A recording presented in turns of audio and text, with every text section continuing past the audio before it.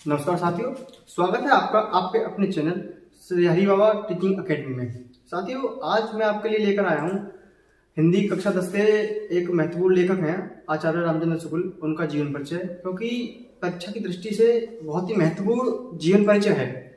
और जो हिंदी सब्जेक्ट है ये आपका परसेंटेज इंक्रीज करने में अपना बहुत महत्वपूर्ण योगदान रखती है, क्योंकि अगर आपका नंबर अगर कम है और एक एक परसेंटेज भी अगर कम है ना, तो ये आपकी जीवन पर बहुत ही ज़्यादा प्रभाव डालती है। कभी कभी एक एक नंबर से आप चूक जाते हैं कंपटीशन एग्जाम में, तो थोड़ा सही नहीं रहेगा। तो इसलिए आप जो है बहुत अच्छी तरह से जीवन परिचय को पढ़ें और बोर्ड परीक्षा में अच्छी तरह से लेकर आएँ और अच्छे से अच्छे नंबर लेकर आएँ। और हिंदी सब्जेक्ट में जो है कम से कम 100 में से 95 नंबर लेकर आए। हम तो वैसे यही दुआ करते हैं। तो साथियों, स्टार्ट करते हैं आचार्य रामचंद्र शुक्ल जी का जीवन परिचय।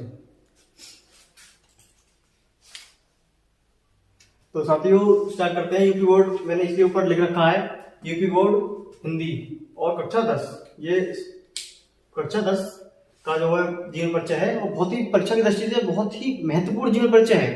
तो हम इसे पढ़ेंगे, साथ में कॉपी में लिखते चलेंगे और बोर्ड परीक्षा से पहले कम से कम 10 से 12 बार इसे रिवाइज करेंगे, जिससे कि हम इसे भूलें नहीं। और इसकी जो जन्म तिथि है और मृत्यु की तिथि है, ये तो आप हाईलाइट करके लिख के आए और अच्छी तरह से लिख के आए पेपर में, कोई भी गलती ना करें लिखने में, क्योंकि सबसे ज्यादा महत्वपूर्ण जब एग्जामिनर चेक करता है कॉपी, तो सबसे पहले यही देखता है कि जन्म तिथि और मृत्यु तिथि में कोई कमी तो नहीं करी है, कोई गलत तो नहीं लिखी है। तो सबसे पहले याद रखेंगे कि जन्म तिथि और मृत्यु तिथि में आप कोई गलती ना करें। तो अच्छे से लिखेंगे और अच्छे से पढ़ेंगे और मेरे साथ साथ आप रिवाइज करते चलेंगे, मेरे साथ साथ बोलते चलेंगे। तो स्टार्ट करते हैं। लेखक का एक संक्षिप्त परिचय या जन्म। आचार्य रामचंद्र शुक्ल जन्म कब हुआ था? 4 अक्टूबर 1884 ईस्वी में। कब? 4 अक्टूबर 1884 ईस्वी में। कब हुआ था? एक बार और बोलेंगे, 4 अक्टूबर 1884 ईस्वी में। इनका जन्म स्थान कहाँ है? कहाँ है जन्म स्थान इनका? अगोना में। अगोना मतलब बस्ती में। कहाँ है जन्म स्थान? अगोना में। अगोना कहाँ पड़ता है? बस्ती में। और ये बस्ती कहाँ है? उत्तर प्रदेश में। दोबारा एक बार पढ़ेंगे, इनका जन्म स्थान कहाँ है? अगोना में। और अगोना कहाँ पड़ता है? बस्ती में। और इनका राज्य है उत्तर प्रदेश। दोबारा पढ़ेंगे एक बार, 4 अक्टूबर 1884 में इनका जन्म हुआ था। कब? 4 अक्टूबर 1884 में इनका जन्म हुआ था। और कहाँ हुआ था? इनका जन्म स्थान है अगोना, बस्ती में, और जो कि राज्य है इनका उत्तर प्रदेश। इनके पिता का नाम क्या था? चंद्रवली शुक्ल। क्या नाम था इनके पिता का? चंद्रवली शुक्ल। और इनकी जो मृत्यु तिथि है 2 फरवरी 1941 ईस्वी में। कब? इनकी मृत्यु तिथि क्या है? 2 फरवरी 1941। कब है? 2 फरवरी 1941। और इनकी भाषा कौन सी है? खड़ी बोली। इनकी भाषा कौन सी है? खड़ी बोली भाषा है इनकी। और इनके जीवन परिचय में हम पूरी तरह से एक तरफ से नजर डालेंगे और आप अपनी कॉपी में इसे लिखें अच्छी तरह से, और बोर्ड परीक्षा की कॉपी में अच्छी तरह से लिख कर आए, जैसे इसमें लिख रखा है। तो इनका जीवन परिचय क्या है? आचार्य रामचंद्र शुक्ल का जन्म बस्ती जिले के अगोना नामक गांव में एक समृद्ध परिवार में हुआ था। कहाँ? आचार्य रामचंद्र शुक्ल का जन्म बस्ती जिले के अगोना नामक गांव में एक समृद्ध परिवार में हुआ था। और कब हुआ था? अश्विनी पूर्णिमा को सन 1884 ईस्वी में। कब? अश्विन पूर्णिमा को 1884 ईस्वी में हुआ था। कब हुआ था? अश्विन पूर्णिमा को 1884 ईस्वी में हुआ था। इनके पिता का नाम चंद्रवली शुक्ल था। क्या था इनके पिता का नाम? इनके पिता का नाम था चंद्रवली शुक्ल। इनकी माता का नाम, इनकी माता जो है अत्यंत विदुषी थी। अत्यंत विदुषी, विदुषी मतलब एक विद्वान महिला थी। जो विदुषी शब्द का मतलब है विद्वान, जो वो विद्वान महिला थी। तो इनकी माता अत्यंत विदुषी तथा धार्मिक प्रवृत्ति की थी, जो धर्म को मानने वाली थी, विद्वान थी। तो शुक्ल जी के ऊपर अपनी माता जी के व्यक्तित्व का गहरा प्रभाव पड़ा। किसका? माता जी के व्यक्तित्व का गहरा प्रभाव पड़ा। जैसे इनकी माता विद्वान थी, तो ये भी बचपन से विद्वान ही थे जो है। और इनकी माता का जो है इन पर प्रभाव पड़ा था। और शुक्ल जी ने हाई स्कूल की परीक्षा मिर्जापुर जिले के मिशन स्कूल से उत्तीर्ण की। कहां से? शुक्ल जी ने हाई स्कूल की परीक्षा मिर्जापुर जिले के मिशन स्कूल से उत्तीर्ण की। इंटरमीडिएट में आने पर इनकी शिक्षा बीच में ही छूट गई। कहा? इंटरमीडिएट में आने पर इनकी शिक्षा बीच में ही छूट गई। कालांतर में इन्होंने मिर्जापुर न्यायालय में नौकरी कर ली। कहा? कालांतर में इन्होंने मिर्जापुर न्यायालय में नौकरी कर ली, परंतु स्वभाव के अनुकूल न होने के कारण इन्होंने नौकरी से त्याग पत्र देकर मिर्जापुर के स्कूल में एक चित्रकला के अध्यापक के रूप में कार्य किया। कहा? मिर्जापुर के एक कॉलेज में इन्होंने चित्रकला के अध्यापक के एज ए टीचर के रूप में वर्क किया। इस पद पर कार्य करते हुए इन्होंने हिंदी, अंग्रेजी, संस्कृत, बांग्ला, उर्दू, फारसी आदि भाषा को ज्ञान प्राप्त किया। किसका? इस पद पर कार्य करते हुए इन्होंने हिंदी, अंग्रेजी, संस्कृत, बांग्ला, उर्दू, फारसी आदि भाषा का ज्ञान स्वाध्याय से प्राप्त किया, स्वयं से प्राप्त कर लिया। कैसे? स्वयं से प्राप्त कर लिया। इनकी विद्वता से प्रभावित होकर, इनकी जो विद्वान थे, क्योंकि इनकी विद्वानता को देखकर या इनकी विद्वानता से प्रभावित होकर काशी नगरी प्रचारणी सभा ने, किसने? काशी नगरी प्रचारणी सभा ने हिंदी शब्द सागर का संपादन कार्य करने में सहायता के लिए इन्हें आमंत्रित किया। किसमें? हिंदी शब्द सागर का संपादन करने में एवं सहायता करने के लिए इन्हें आमंत्रित किया। बाद में इनकी नियुक्ति काशी विश्वविद्यालय हिंदी अध्यापक के रूप में हो गई। कहाँ? बाद में इनकी नियुक्ति कहाँ? काशी हिंदू विश्वविद्यालय में हिंदी अध्यापक के रूप में हो गई। यहाँ पर डॉक्टर श्यामचंद्र दास के अवकाश ग्रहण करने के बाद हिंदी विभाग के अध्यक्ष पद पर इनकी नियुक्ति हुई।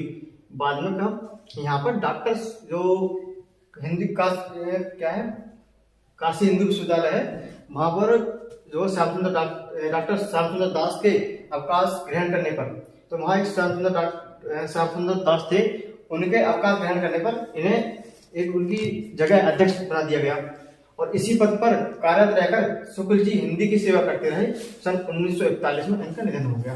कब? सन 1941 में इनका निधन हो गया। आप पढ़ेंगे साहित्य परिचय, और साहित्य परिचय तो परीक्षा की दृष्टि से बहुत ही महत्वपूर्ण है। कैसे?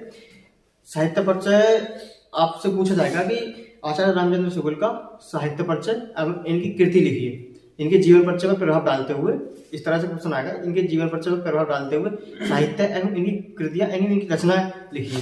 तो आप साहित्य को अच्छी तरह से लिख के आए, कोई इसमें गलती ना करें और कोई काट पीट ना करें जिससे कि आपके नंबर ना कटें, समझे? तो कैसे?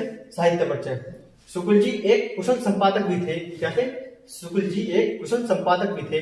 इन्होंने सुर, तुलसी, जायसी जैसे महाकवियों की प्रकाशित कृतियों का संपादन कार्य किया। इन्होंने नगरी प्रचारणी पत्रिका और आनंद कानंदिनी जैसी पत्रिकाओं का संपादन का कार्य किया। हिंदी शब्द सागर का भी इन्होंने संपादन किया। शुक्ल जी ने निबंधकार के रूप में हिंदी के साहित्य की विशेष सेवा की।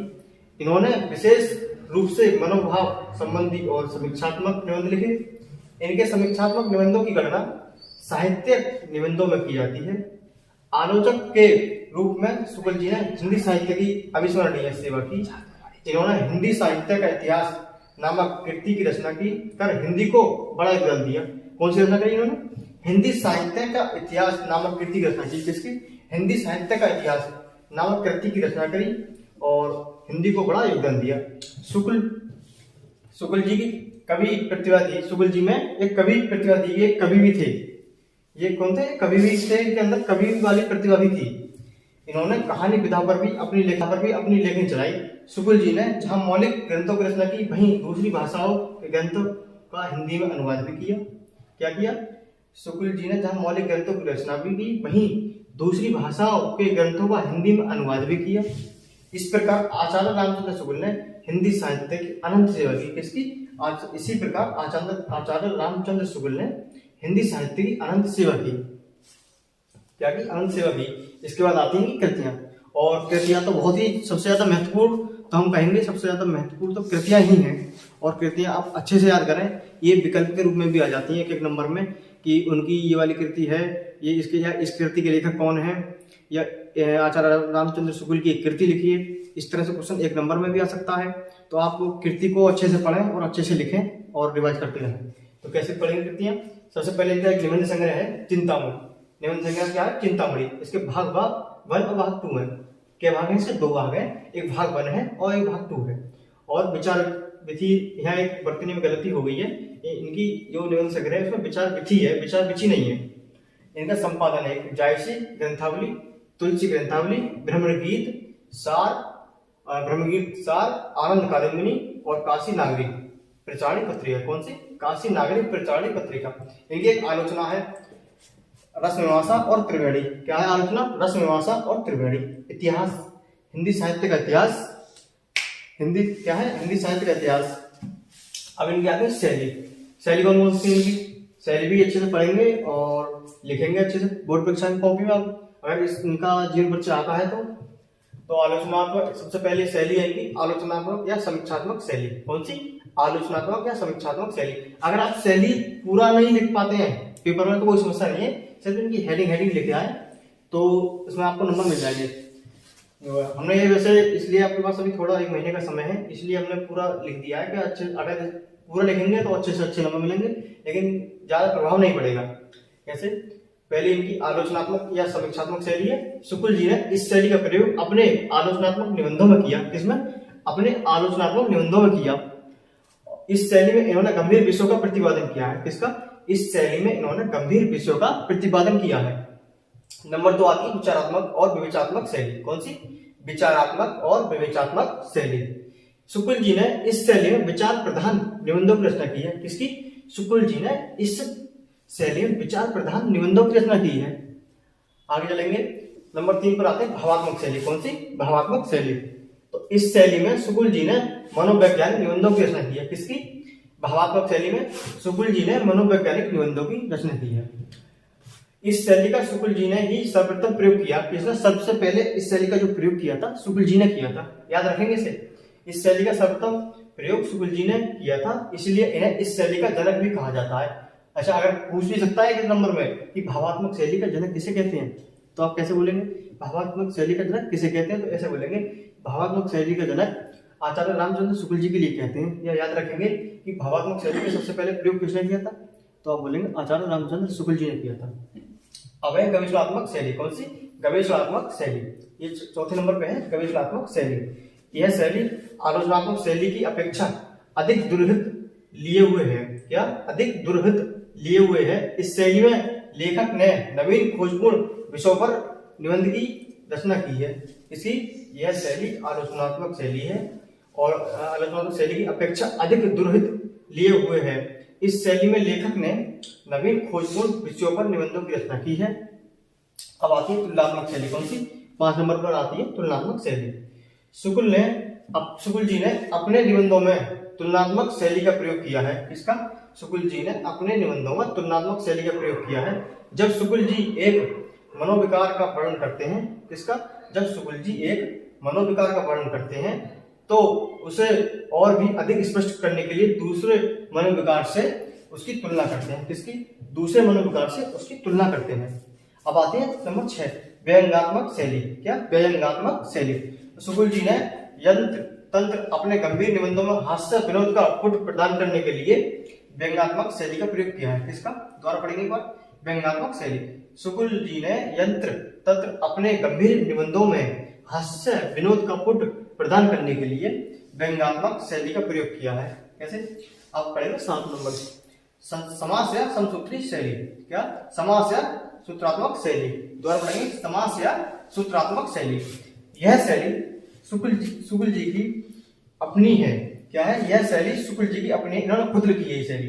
इस शैली में सर्वप्रथम वे अपनी विषय वस्तु को एक सूत्र रूप में प्रस्तुत करने के बाद उसकी व्याख्या करते हैं। इस शैली को दूसरे शब्दों में समास शैली भी कहते हैं। क्या कहते हैं? दूसरे शब्दों में समास शैली या समास शैली दूसरे शब्दों में कहते हैं। ठीक है, जैसे बैर क्रोध का आचार्य मुरब्बा है। कैसे? बैर क्रोध का आचार्य मुरब्बा है। क्रोध है लेकिन यहाँ गलती से बर्तनी में गलती हो गई तो क्रोध हो गया है, आप इसे क्रोध कर लें। बैर क्रोध का आचार्य मुरब्बा है। तो इनकी जो शैली है 7 शैली है और हिंदी साहित्य में स्थान आचार्य रामचंद्र हिंदी साहित्य के अमर साहित्यकार हैं। क्या है? अमर साहित्यकार हैं। तो साथियों, ये आचार्य रामचंद्र शुक्ल जी का जीवन परिचय था और इसे आप अच्छी तरह से पढ़ेंगे, अच्छी तरह से रिवाइज करेंगे और समय समय पर रिवाइज करते रहें जिससे कि आप भूलें ना। और बोर्ड परीक्षा आपके नजदीक है तो आप अच्छे से तैयारी करते रहें, क्योंकि हाई स्कूल एक ऐसी पीढ़ी है कि क्योंकि ये बोलते हैं कि सबसे पहली सीढ़ी है, प्रथम सीढ़ी क्या है? हाई स्कूल है। उसके बाद आप 12th में आएंगे, इंटर में, फिर आगे से आगे मतलब अच्छी डिग्री प्राप्त करेंगे इसके बाद। तो सबसे पहले क्या है, क्योंकि आप ज़्यादातर परीक्षाओं के फॉर्म भरेंगे तो उसमें सबसे पहले हाई स्कूल का ही मांगा जाता है डाटा। तो आप अच्छे से पढ़ें और अच्छे से अच्छे परसेंटेज लेकर आए।